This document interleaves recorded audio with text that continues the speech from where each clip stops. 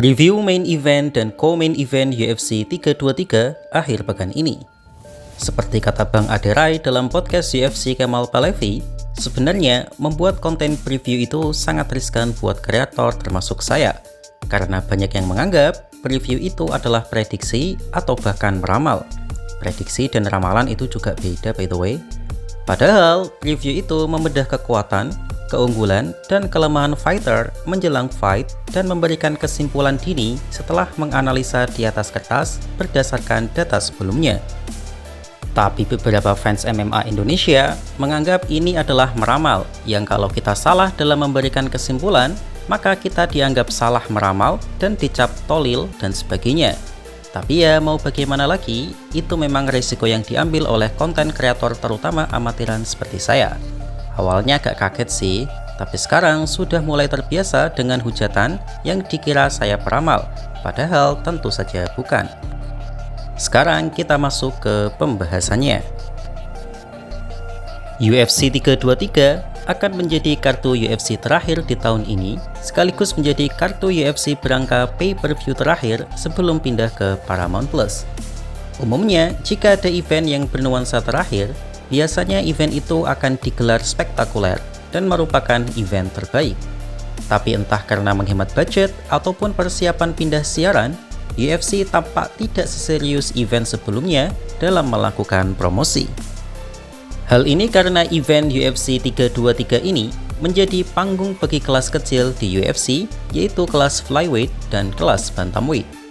Dan sudah menjadi rahasia umum bahwa kelas kecil di UFC, terutama kelas flyweight, adalah kelas yang paling minim disorot media karena ya pasar UFC sendiri agak kurang menyukai kelas kecil.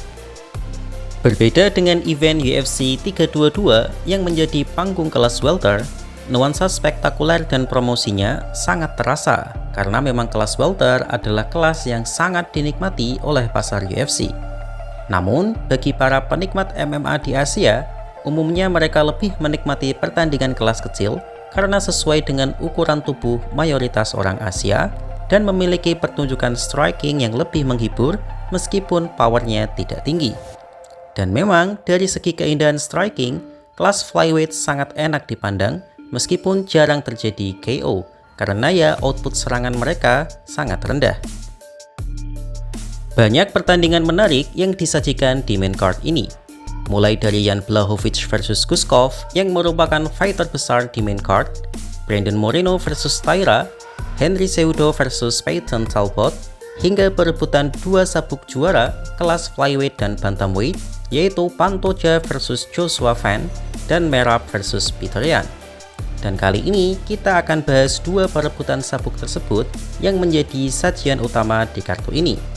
Kita mulai dari co-main event Alexandre Pantoja versus Joshua Van dalam perebutan sabuk Undisputed Flyweight Championship. Di atas kertas, sudah bukan rahasia lagi bahwa sang juara sangat diunggulkan di sini. Dominasinya sebagai sang juara benar-benar terlihat di oktagon. Skill wrestling dan BJJ Pantoja tampak jauh melebihi para penantangnya di kelas ini, dan hanya Brandon Moreno saja yang sanggup meladeni ground game Pantoja. Tapi karena Brandon Moreno sudah kalah 3 kali dari Pantoja, jadi ia dianggap tidak layak memperebutkan sabuk meskipun ia terus menang dari kontender lainnya. Pantoja sangat cepat dan matang dalam pergerakannya. Strikingnya cukup bagus, meskipun tujuan strikingnya tidak untuk meng-knockout lawannya karena memang powernya kurang, tapi strikingnya sangat bagus untuk setup takedown dan grapplingnya. Dan sejauh ini, Pantoja memang sangat perkasa dan hanya bisa dikalahkan oleh one-shot knockout power seperti Deiveson Figueiredo dulu. Striking Brandon Moreno memang lebih unggul dari Pantoja, tapi powernya tidak sekuat Figueiredo. Karena itu Pantoja mampu bangkit lagi setelah terkena strike Moreno. Nah, kekuatan dari damage pukulan ini juga dimiliki oleh penantangnya asal Myanmar, yaitu Joshua Van. Van memiliki hal yang dibutuhkan untuk mengalahkan Pantoja, yaitu knockout power. Karena usia dan powernya ini, Bandar tidak berani memasang perbedaan mereka dengan sangat lebar, tapi sedikit lebih tipis, yaitu negatif 215 untuk Pantoja dan positif 185 untuk Joshua. Tapi jika hanya mengandalkan itu, maka seharusnya Kai Kara juga mampu melakukannya. Yang menjadi pertanyaannya adalah, apakah skill ground game Joshua mampu bertahan dari gempuran Pantoja?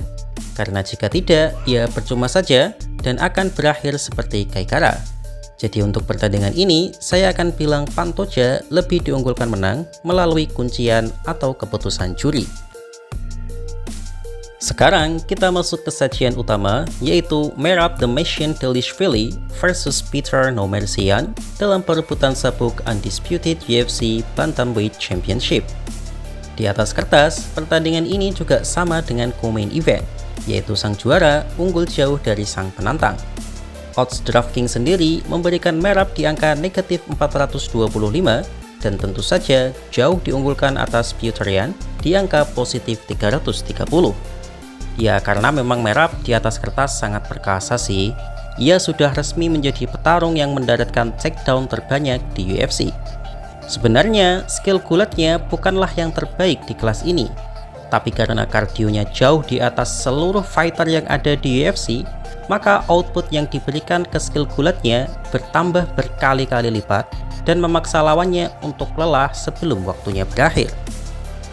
Merab juga memiliki ketahanan dan recovery yang bagus.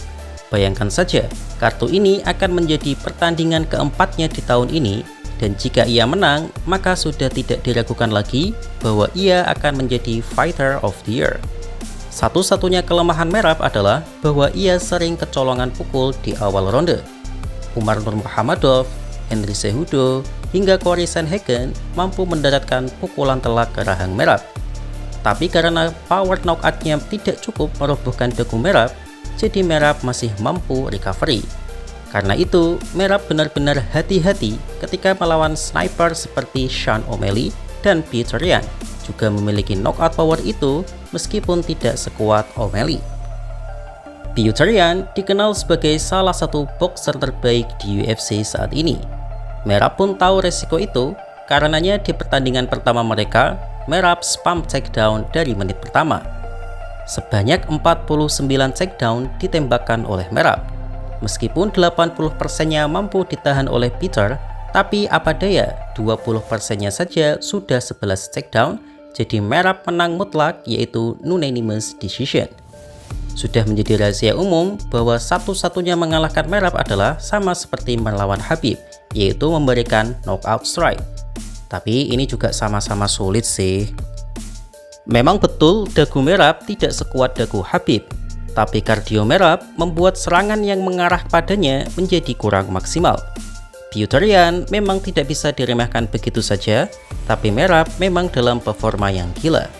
Kesimpulannya, saya memberikan 65% kemenangan buat Merab lewat keputusan juri dan 35% untuk Peter Yan lewat KO atau TKO. Peluang Peter Yan menang KO memang ada karena ia adalah boxer yang sangat bagus, ditambah sebenarnya ia memiliki takedown defense yang cukup bagus. Tapi apakah ia akan mampu menahan takedown dari Merab? Jadi bagaimana menurut kalian? Selain drama sabuk kelas ringan, drama yang tak kalah sensasional juga terjadi di kelas bulu.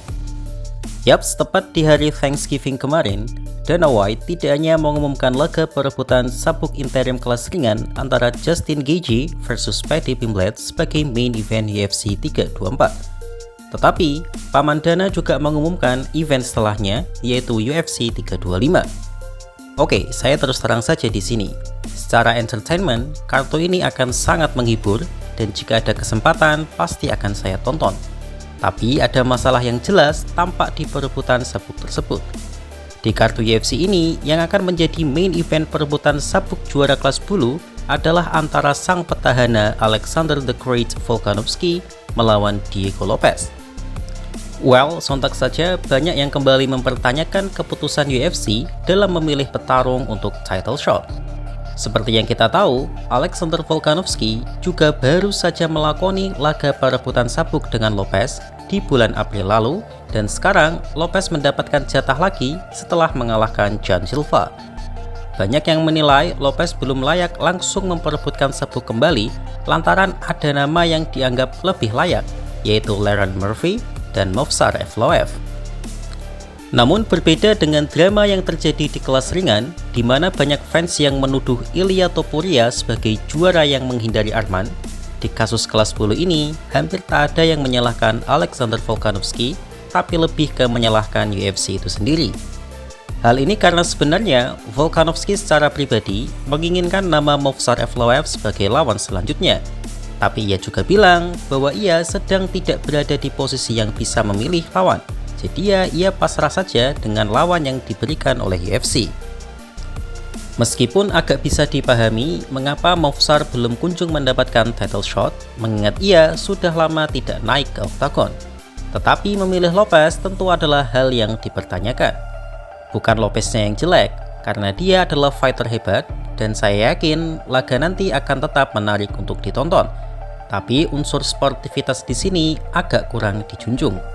Lerone Murphy tentu lebih layak dibandingkan Lopez. Karena itu, ada fans UFC yang menganggap bahwa match up UFC yang sekarang lebih mirip WWE atau SmackDown, karena seakan-akan lebih mengedepankan unsur uangnya dibandingkan sportsmanship-nya. Dan kalau ini terus terjadi, maka hampir bisa dipastikan bahwa lawan Islam Makhachev selanjutnya adalah Kamaru Usman. Lalu apakah teman-teman setuju dengan match up yang dibuat UFC ini? Bagaimana menurut kalian?